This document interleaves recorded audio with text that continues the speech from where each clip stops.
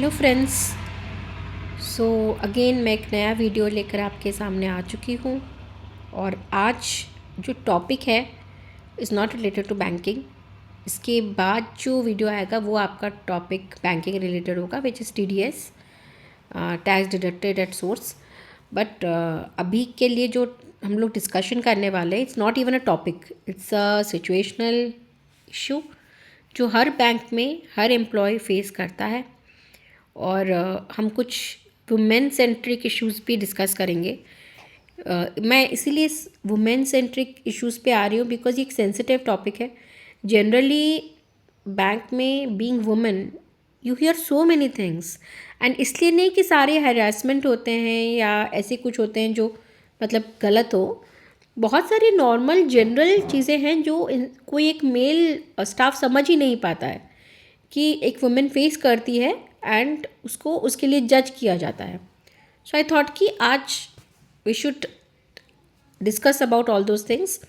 And also मैंने recently कुछ ऐसे इंसिडेंसेस देखे हैं जिनको मुझे लगता है कि एड्रेस करना चाहिए, तो हम उस पर भी डिस्कशन करेंगे।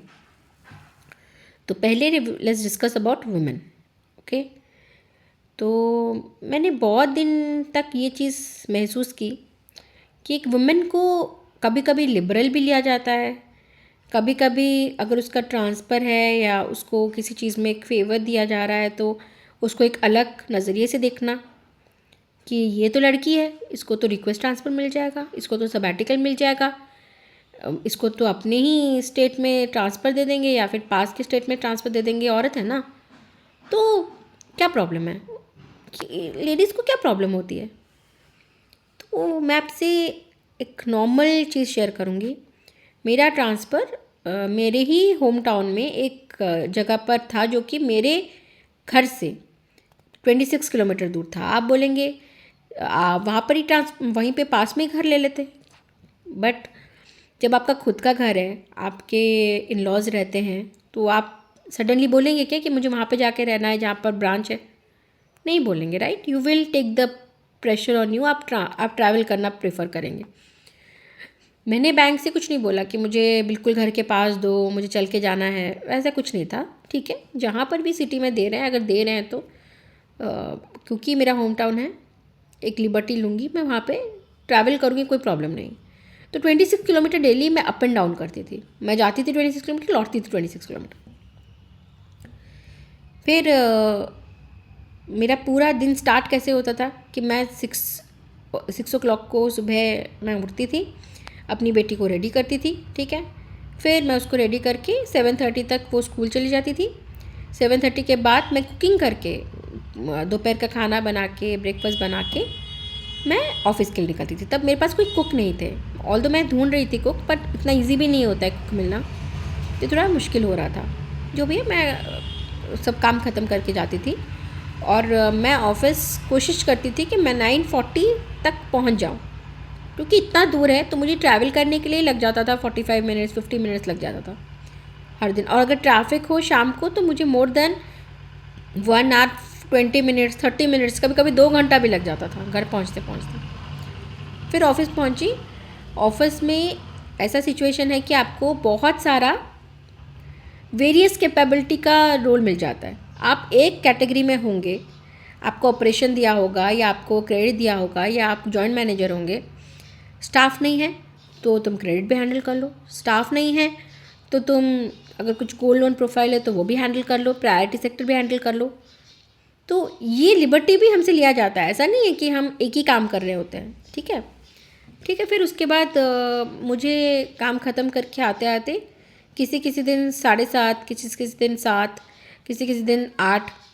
आप सोचिए कि काम उस वक्त बैंक में ख़त्म होता है, मुझे घर पहुंचते पहुंचते 9:30, 9, कभी कभी 8:30 बज जाते थे। And I am a women employ, I am travelling 26 kilometre, ठीक है। वो तो चलो मेरा होम टाउन है। आप सोचो इसके बाद मुझे जो ट्रांसफ़र, करेंटली मैं जहाँ ट्रांसफ़र प्रयागराज, प्रयागराज में आप सोचिए मुझे इतना दूर ट्रांसफ़र किया था, अराउंड वही तेलियारगंज के आसपास, ठीक है।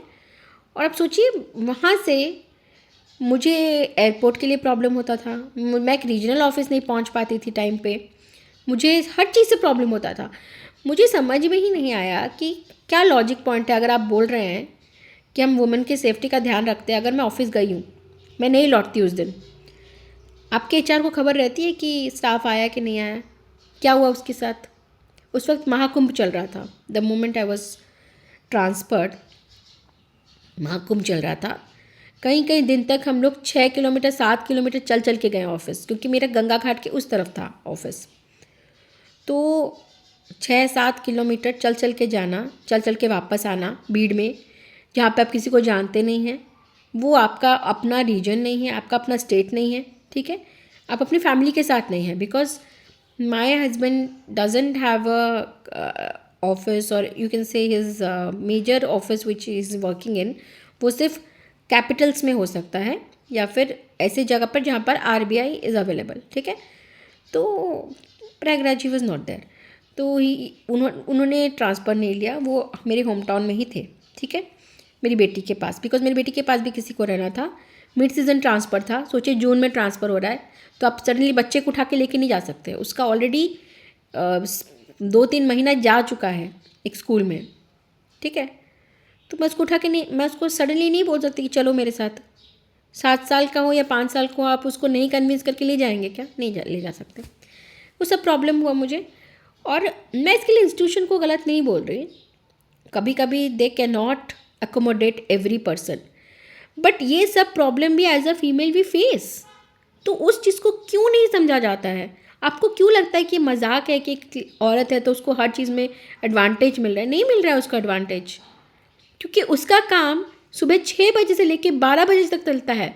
वो आके घर पे बैठ नहीं सकती है, मेरा काम ख़त्म हो गया, मैं घर पे आ गई, मैं आराम से लेट गई। Any women who is watching this video can relate to me कि वो सुबह जाती हैं, घर वापस आती हैं, घर में आके अपने बच्चे को पढ़ाती हैं, फिर घर का सब कुछ जो भी काम होता है उसको निपटाती हैं, फिर रात में सोते सोते उन्हें 12 बजता है। And you expect a women कि इतना कुछ करने के बाद भी वो अपना 100% ब्रांच पे देती है। ऐसे बहुत कम वुमेन एम्प्लॉयज़ हैं जो कि आपको शिकायत का मौका देंगे, अनलेस कि मतलब ऐसे कोई फ्रॉड वगैरह हुआ, वो तो एक्सेप्शनल केसेस है, जिसको फ्रॉड करना होता है वो जेंडर बायस तो नहीं होता है। तो सोचिए आप, still we face this kind of attitude from our seniors, from everybody. मैं 1080 किलोमीटर्स दूर हूँ अपने होम टाउन से, अपने बेटी के पास से, जो मेरी बेटी 7 साल की है। आप समझ सकते हैं being a mother what kind of mindset I would have gone through. और मैं इसके लिए किसी को जिम्मेदार नहीं, बिकॉज मेरा ये जॉब है, मैं ट्रांसफरेबिलिटी एक जॉब में हूँ। अगर मुझे पसंद नहीं है तो I should leave the job. I can not say the authority you change the job, but आप एकोमोडेट कर सकते हैं, आपके पास ब्रांचेस हैं, आप किसी भी इंसान को जिसको दे रहे हैं। और दूसरी चीज़ जो बहुत इंपॉर्टेंट है वो है लैंग्वेज बैरियर। मैं आपके साथ अभी कम्युनिकेट कर रही हूँ हिंदी में, तो आपको लग रहा होगा कि ये तो हिंदी में सही है, बात तो कर पा रही है, आपको समझ में भी आ रहा है, इट्स नाइस, इट्स ओके। एक होता है रीडिंग लैंग्वेज, एक होता है राइटिंग लैंग्वेज, एक होता है स्पीकिंग लैंग्वेज। मैं केवीएन हूँ, मैं केवी से पास आउट हूँ, तो बाय डिफ़ॉल्ट मेरा हिंदी थोड़ा सा बेटर रहेगा अदर देन अदर पीपल जो भी अलग अलग स्टेट से आते हैं। मैं ईस्टर्न स्टेट से आती हूँ, तो ऑब्वियसली वहाँ पर आपका बोलने का जो एक तरीका होता है वो अलग होता है, ठीक है। और ऐसे बहुत सारे वर्ड्स होते हैं, जैसे कि आप यूपी में डिफरेंट वर्ड्स है, डिफरेंट लैंग्वेजेस हैं, बहुत ज़्यादा वो प्रॉब्लम क्रिएट करता है। एप्लीकेशन भी हिंदी में आते हैं भाई, मैंने हिंदी कब से छोड़ दिया है। मेरा स्कूलिंग में भी टेंथ में 8, 9, 10 मेरा संस्कृत था। तो दिस टिपिकल व्याकरण वर्ड्स, आवेदन पत्र के नीचे जो लिखा है subject, every single word is in Hindi and is not normal Hindi. The words they have return is pure Hindi. मतलब आपको समझ में ही नहीं आएगा बहुत सारे वर्ड्स की क्या लिखा है। आपको एक ट्रांसलेटर चाहिए भाई कि मुझे बताओ कि क्या लिखा है, इसको क्या बोलते हैं हिंदी में। Because our working language is English, we know Hindi, we can read Hindi, but the lot of words. And आप एक एप्लीकेशन के पीछे 15 मिनट नहीं दे सकते कि मैं चैट जीपीटी खोलूँ, उसको स्कैन करूँ और फिर उसको पढ़ूँ। तो ये सब जो इश्यूज़ हम लोग फेस करते हैं ना, ये जेंडर वाइज नहीं होता, ये सब फेस करते हैं, फिर भी एक वुमेन को कैटेगराइज किया जाता है। और कोई नहीं समझता कि उसके एफर्ट्स कितने होते हैं। अगर वो 8 बजे तक बैठ रही है, वो कितना कुछ लूज़ आउट करके बैठ रही है। वहाँ पे आपके हस्बैंड की तरफ से क्वेरी आ जाएगा कि इतना देर हो गया है, कोई घर पे है नहीं, तुम ऑफिस में बैठी हो। वहाँ पर आपकी फैमिली से प्रेशर आ जाता है, आपके बच्चे से प्रेशर आ जाता है कि मम्मा आप कहाँ पर हो, कि मैं तो मम्मी को सिर्फ सैटरडे संडे देखती हूँ। सैटरडे संडे भी नहीं देखती हूँ, बहुत सारे regional officers branches Saturday Sunday भी खुले रहते हैं। क्यों भैया? और ऐसा क्या काम है जो हॉलीडेज़ को होता है? मुझे अभी तक वो कॉन्सेप्ट ही समझ में नहीं आया। I feel if the working hour is 8-9 hours, और अगर मैं सुबह 9 बजे पहुंचती हूँ, जो कि मेरा टारगेटेड टाइम है एवरी टाइम, शायद एक साल मेरा मतलब थोड़ा सा इधर उधर था, 10 बजे 10:05 ऐसे तक मैं पहुंचती थी, एंड मुझे किसी ने पॉइंट आउट किया एंड आई स्टॉप्ड। मैं 1 घंटा पहले आती थी, like 9 o'clock I use to reach my last transfer. I have never reached after 9:30, कभी नहीं। अगर नहीं मिला उबर ओला कुछ नहीं मिला, टोटो भी नहीं मिला, तो ठीक है, आई यूज़ टू मतलब इसलिए 1-2 बार ऐसा हुआ तो मैंने सुबह 8:30 से मैं ओला करना स्टार्ट करती थी and use to reach by 9 o'clock। The reason behind I was reaching by 9 o'clock इस, जब आप सुबह पहुंचते हैं आपके पास एक टारगेट होता है माइंड में कि मुझे क्या क्या काम ख़त्म करना है। कुछ ऐसे काम होते हैं जो आप कस्टमर प्रेजेंस में नहीं कर सकते, वो आपका इंटरनल काम है, चाहे वो इंस्पेक्शन रिपोर्ट्स हो, चाहे वो आपके मतलब GLPL एक्सेप्शनल रिपोर्ट्स हो, या फिर आपको सर्टन चीज़ें जैसे कि आपको TDS देखना है, किसका क्या कटा है क्या हुआ है, ऐसे बहुत सारी चीज़ें हैं जो आप कस्टमर प्रेजेंस में या भीड़ में नहीं कर सकते। तो आई यूज़ द लिबर्टी कि मैं वो 9 से 10 जो 1 घंटा है मैं उसमें दूँ। तो वहाँ मैंने अपना 20% काम ख़त्म कर लिया, ठीक है। उसके बाद मैं 10 बजे ब्रांच खुल गया, 4 बजे तक नॉर्मल ट्रांजैक्शंस रहा जैसे होता है। 4 बजे में कोई ब्रांच बंद नहीं होता। ये तो एक मिथ है कि भाई तुम तो 7 बजे तक घर आ जाते होगे। नहीं भाई नहीं, 4 o'clock तक टाइमिंग होता है, ख़त्म होते होते 5 बजते हैं। फिर आप रैप अप करते हैं तो वो 6 बजता है, ठीक है। उसके बाद 6 बजे के बाद आप और 1 घंटा देते हैं कि मैं देख लूँ और क्या क्या बाकी है, ठीक है। तो मैक्सिमम टू मैक्सिमम आप 7 साढ़े 7 तक आपको रैप अप कर देना है काम। अगर कोई इंसान 7:30 के बजे बैठ रहा है तो वो अथॉरिटीज़ का काम है चेक करना कि क्यों बैठ रहा है। 7:30 के बाद नहीं बैठना चाहिए। इसका मतलब ही यही है कि कुछ ऐसा काम हो रहा है जो कस्टमर प्रेजेंस में नहीं हो रहा है, जो कि टाइमिंग के बाद भी हो रहा है। क्यों हो रहा है? तो अगर इतना कुछ पेंडिंग है तो आप सुबह आइए, आप 8 o'clock से ब्रांच खोल दीजिए, खोल के उसको शटर डाउन करके आप अपना काम कर लीजिए। क्योंकि जो चीज़ मुझे लगता है रात के अंधेरे में होता है ना, वो चीज़ सही नहीं होता है कभी भी, आप उसको जस्टिफाई नहीं कर सकते। ये लेट सिटिंग का जो एक ट्रेंड है ना बैंक में, this is completely wrong. You should not do this. आप टाइम पे काम ख़त्म कीजिए, आप सुबह स्टार्ट कीजिए जल्दी, आप 7:30 तक मैक्सिमम 8 o'clock तक ख़त्म कीजिए, रैपअप कीजिए। अगर घर पास है तो कोई प्रॉब्लम नहीं है। जैसे मेरा घर दूर था, 6 किलोमीटर अराउंड था, और मैंने सिटी में लिया था। मुझे बहुत लोगों ने बोला कि वहीं पे पास में क्यों नहीं ले रही हो। तो मैं एक अलग शहर से आती हूँ, मेरे सेफ्टी इश्यूज़ मुझे पता है, इसीलिए मैंने वहाँ पर लिया था, बिकॉज मैं अपने मदर के साथ थी। मुझे वो स्ट्रेस रहता था कि मम्मी घर में अकेले रहती है, मुझे एक भीड़ भरी जगह पर जहाँ पे सब कुछ अवेलेबल हो वहाँ पे रहना है। तो इसमें मैं तो गलत नहीं हूँ, मैं तो ब्रांच टाइम पे पहुँचती थी, बिफोर टाइम पहुँचती थी। हाँ, लौटते वक्त मुझे ओला उबर नहीं मिलता था तो वो एक प्रॉब्लम हो जाता था, कैसे पहुँचना है घर। 7 किलोमीटर चलना आसान होता है क्या? फिर 7 किलोमीटर वापस आना आसान होता है क्या? But I was doing that.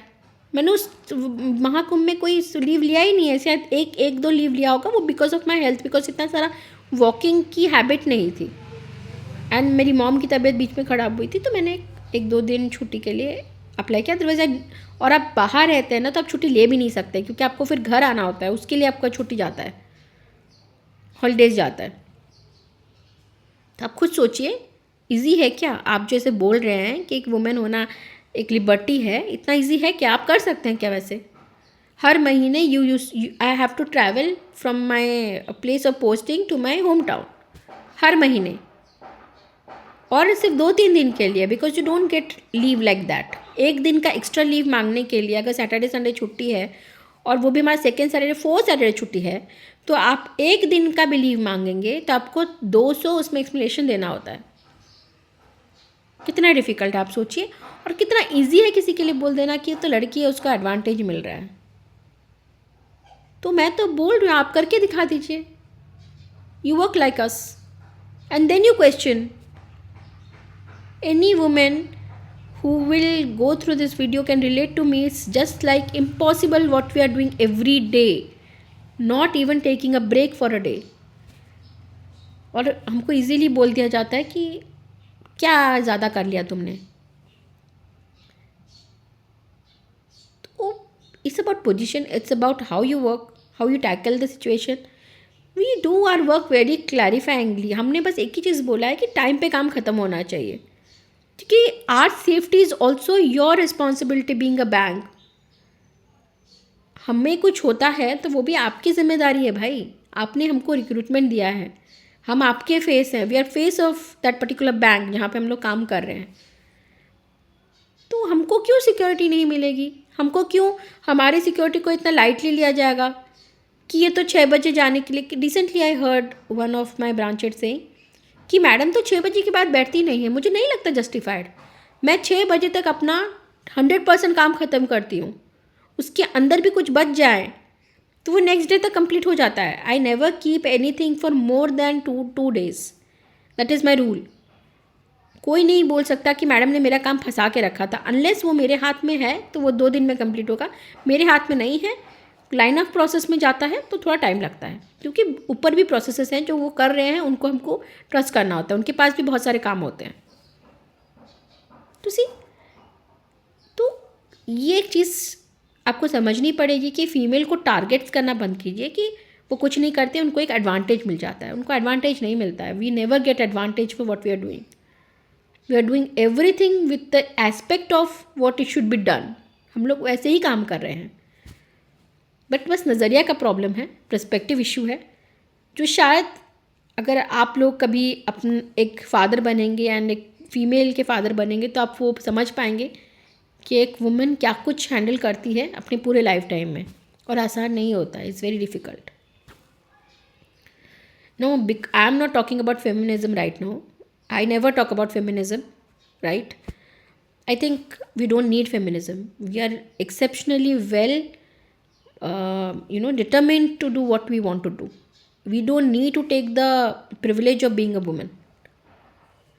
हमको इस तरह से स्ट्रक्चर्ड किया गया है कि हमारा हर काम ऑर्गेनाइज्ड ही होता है, तो वैसा कुछ प्रॉब्लम नहीं है। लेकिन हर बार खुद को प्रूफ करना इज़ नॉट दैट ईजी। क्यों करना है प्रूफ? अगर एक मेल खुद को प्रूफ नहीं कर रहा है तो मैं क्यों खुद को हर बार प्रूफ करूँ? तो वो चीज़ है।